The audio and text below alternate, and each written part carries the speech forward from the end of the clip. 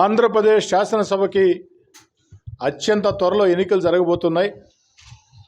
ఏ రోజైనా నోటిఫికేషన్ వెలువడుతుంది అన్న వార్తలు ఉన్నాయి. ఏ సర్వేలు చేసినా రాష్ట్రంలో ఎన్నికల్లో తెలుగుదేశం పార్టీ, జనసేన ఘన విజయం ఖాయమని వస్తూ ఉన్నాయి. ముఖ్యంగా సర్వేల్లో అత్యంత ప్రామాణికతను పాటించే ఇండియా టుడే సీ ఓటర్ సర్వేలో కూడా తెలుగుదేశం పార్టీ, జనసేన ఘన విజయం ఖాయం.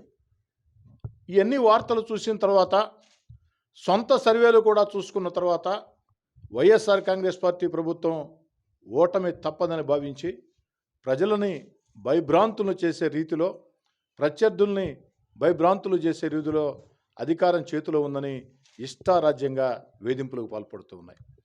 రాష్ట్రం అంతా కూడా ఎక్కడికక్కడ తెలుగుదేశం పార్టీ, జనసేన కావచ్చు, లేదా కాంగ్రెస్, బీజేపీ, లేదా ఏ రాజకీయ పార్టీ అయినా, సిపిఎం, సిపిఐ అనేక ప్రజా సంఘాలని వేధిస్తున్న తీరు అన్నిటికీ మించి బరి తెగించి నిన్నటి రోజున నారాయణ మెడికల్ కళాశాలపై జరిగినటువంటి ఆ యొక్క సంఘటన, ఆ యొక్క వేధింపులు, నారాయణ మెడికల్ కళాశాలని, నారాయణ ఇంటిని, నారాయణ గారి ఇంటిని చుట్టుముట్టి కొన్ని గంటల పాటు వందలాది మంది పోలీసులు రకరకాల కారణాలతో వెంటాడి వేధించిన తీరు, ఇది సభ్య సమాజం అసహించుకునే పరిస్థితి. ప్రజలందరూ కూడా దీన్ని ముక్త కంఠంతో కులాలు, మతాలు, పార్టీలకు అతీతంగా ఖండిస్తూ ఉన్నారు. నారాయణ గారు ఏ రోజు కూడా వివాదాస్పదుడు కాదు. నారాయణ గారు ఒక పద్ధతిగా, హుందాగా రాజకీయాలు చేసే వ్యక్తి. అలాంటి పొంగూరు నారాయణ గారు తెలుగుదేశం పార్టీకి అండగా గట్టిగా ఉన్నాడని, పొంగూరు నారాయణ గారిని నైతికంగా దెబ్బతీయాలా, పొంగూరు నారాయణ గారిని మానసికంగా దెబ్బతీయాలా, పొంగూరు నారాయణ గారిని వేధింపులతో దెబ్బతీయాలని ఒక దుర్మార్గ ప్రయత్నమే వైఎస్ఆర్ కాంగ్రెస్ పార్టీ చేసిన ప్రయత్నమే ఈ యొక్క దాడులు అని చెప్పని తెలియచేస్తూ, అయితే ఇలాంటి దాడులకి రాష్ట్రంలో తెలుగుదేశం, జనసేన కావచ్చు, వైఎస్ఆర్ కాంగ్రెస్ పార్టీని వ్యతిరేకించే ఏ ఒక్కరు కూడా ఇలాంటి దాడుల్ని లెక్క చేసే ప్రశ్నే లేదు, ఇలాంటి వేధింపుల్ని లెక్క చేసే ప్రశ్నే లేదు. ఎంతకాలం వేధిస్తారు?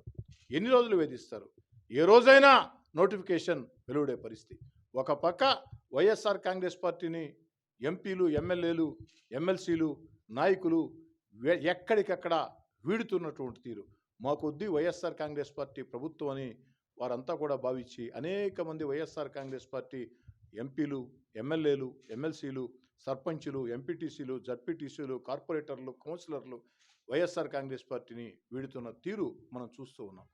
ఏడాది క్రితం 15 నెలల అధికారాన్ని వదులుకొని నేను వైఎస్ఆర్ కాంగ్రెస్ పార్టీకి దూరంగా జరిగిన రోజు ఏదైతే మాటలు చెప్పానో వైఎస్ఆర్ కాంగ్రెస్ పార్టీ ప్రభుత్వం గురించి, ఈరోజు అనేక మంది వైఎస్ఆర్ కాంగ్రెస్ పార్టీ మంత్రులు కావచ్చు, ఎంపీలు కావచ్చు, ఎమ్మెల్యేలు, ఎమ్మెల్సీలు, నాయకులు చెప్పే మాట.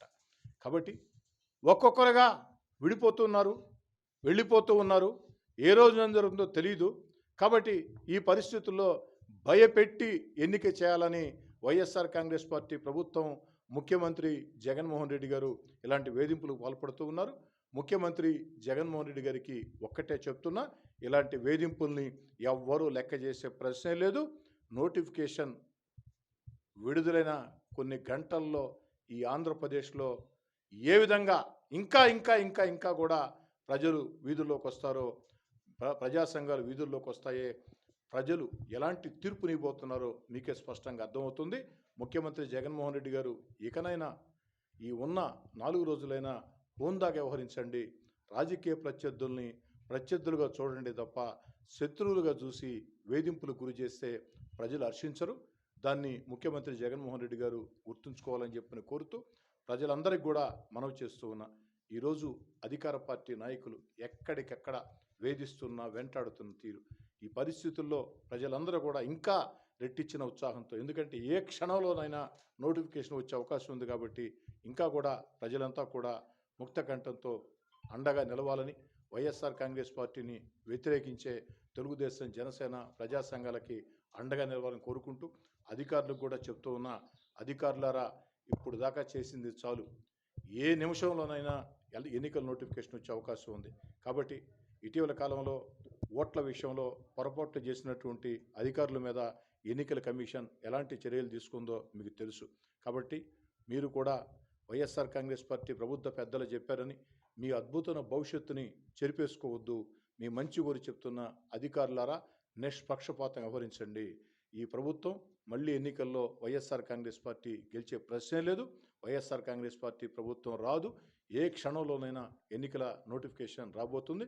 కాబట్టి అధికారులందరూ కూడా తమ తమ భవిష్యత్తుల్ని వైఎస్ఆర్ కాంగ్రెస్ పార్టీ పెద్దల కళ్ళల్లో ఆనందం కోసం ఇష్టారీతిగా వ్యవహరించి భవిష్యత్తుని కాలరాసుకోవద్దని చెప్పని అధికారులు కోరుతూ, నిష్పక్షపాతంగా అధికారులు వ్యవహరించాలని కోరుతూ, మంత్రి పొంగూరు నారాయణ గారి పక్షాన జిల్లాలో ఉండే తెలుగుదేశం పార్టీ, జనసేన, ప్రజా సంఘాలు, వివిధ రాజకీయ పార్టీలు అన్నీ కూడా నారాయణ గారికి అండగా ఉన్నాయి.